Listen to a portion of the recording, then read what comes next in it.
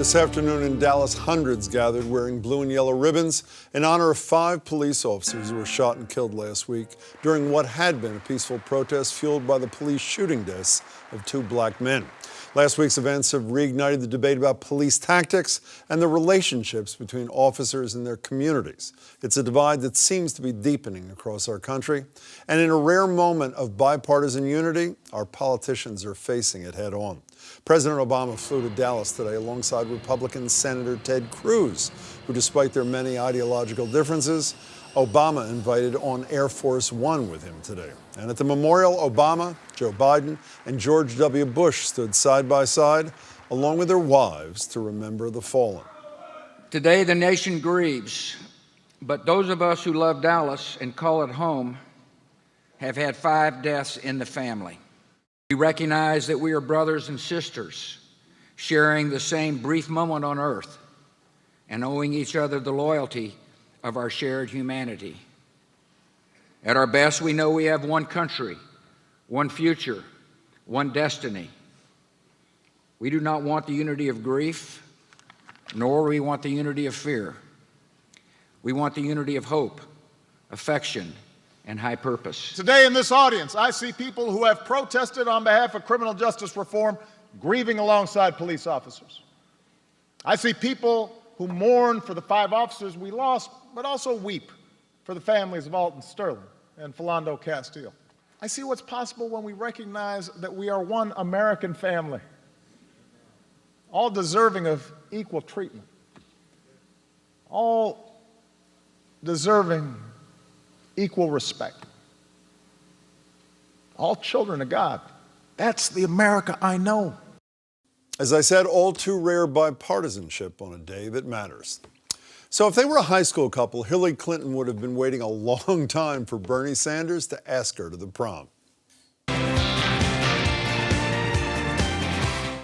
Now the courtship is official. Sanders finally, after months of holding back, said he too is with her. He endorsed their candidacy in Portsmouth today. She will be the Democratic nominee for president. And I intend to do everything I can to make certain she will be the next president of the United States. This could be a big deal for Clinton's campaign. She has recently been advocating proposals like free public college that appeal to Sanders' more progressive and younger supporters. Clinton's having trouble with that demographic, as you know. For example, a new Gen Forward poll found that just 26% of white voters age 18 to 30 have a positive opinion of the former Secretary of State. Today, Clinton let those voters know she needs them if she is to have any chance of moving back into the White House.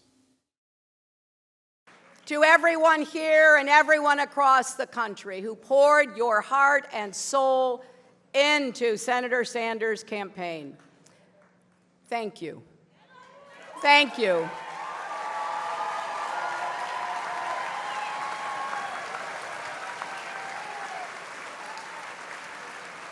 I was proud of the campaign we ran. It was a campaign about issues, not insults. And our country desperately needs your voices and involvement. So did the Democrats do what they needed to do to convey a sense of unity? Joining me are former Boston City Council President Mike Ross, originally supported Sanders, is now with Clinton. Good to see you, Mike. Good to see you. And Cambridge City Councilor Nadeem Mazen, who also supported Sanders and is now, well, we'll let Nadeem explain in a minute. Nadeem, good to see you. So starting with you, did he do the trick today in Portsmouth? This is a city, by the way, that she lost to both Barack Obama and lost to Bernie Sanders in 2008 and 2016. Should he do enough?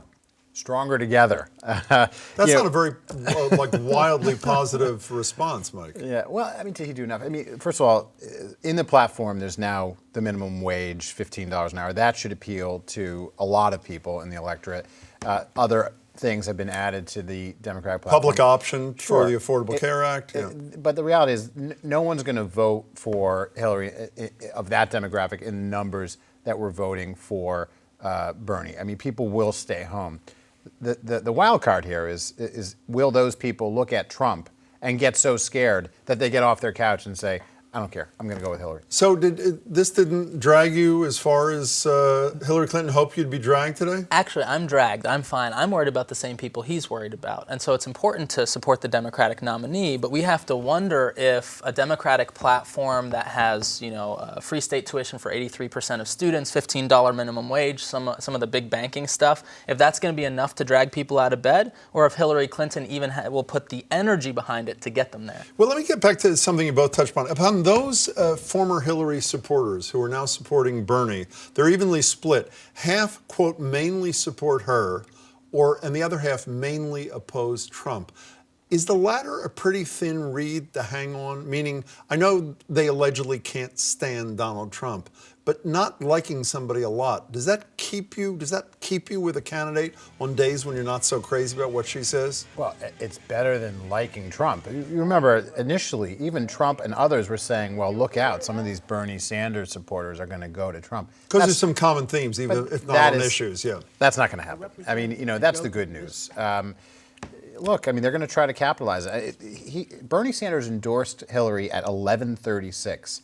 At 11:44, I got a fundraising email in my inbox from Hillary's campaign saying for $27 for whatever, $3, whatever you could add, the low dollar amounts. She is going to try to convert that energy, whether she does it or not, and whether she needs to. There is still enough of a lead that she has today. I mean, look, take nothing for granted, right? But I don't know if Hillary only wins if every Bernie voter comes out. I don't think she has to get every Bernie voter. She just needs to get a good swath In of fact, them. it may be stronger for people to come out anti-Trump than pro-Clinton. I know a lot of people who are voting only for that reason.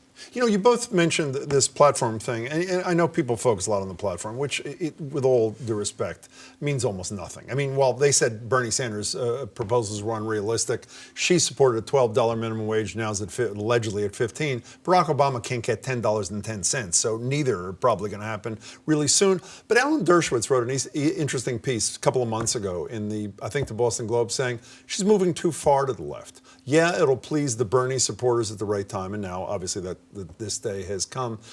You're supposed to move to the middle, conventional wisdom suggests, in a final after running to the extremes on the left and the right in a primary. Does that have potential to alienate moderate swing independent voters, Mike Ross? I mean, I think her risk is boring people if she does just that, if she just moves to the center. And the incremental thing. Yeah, the excitement is really with the Senator Warren and Bernie. That's what's going to get a lot of the people ginned up. She could probably tack a bit to the center now that Bernie's out of it, but some of those values have rubbed off on her, and I think that some of that will stick. Speaking of Senator Warren, is this the end? Is today the end of this boomlet, Elizabeth Warren for vice president? Is this what was needed to get those people? The theory was if Bernie didn't come across all the way, Elizabeth Warren could draw them in not only by making stump speeches, but potentially being a running mate. She's not formally off the list. This lessens that likelihood, does it not?